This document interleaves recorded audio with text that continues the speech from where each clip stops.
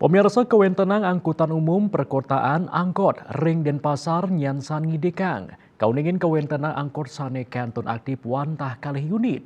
Dua ninga sapunika kantun wenten pengupaya ring sejeroning. Nangyang turun limbakan angkot napi malih. Trayek nyane durung kai jalan. Kepala Dinas Perhubungan Kota Denpasar Iketut Sriawan Mausang angkot kantun side antuk kalimbakang malih pemargin nyane. Piambeng sani ketampenin wantah indik uger-uger. Pengusaha angkot patut ngelaksanayang permajaan kendaraan ipun.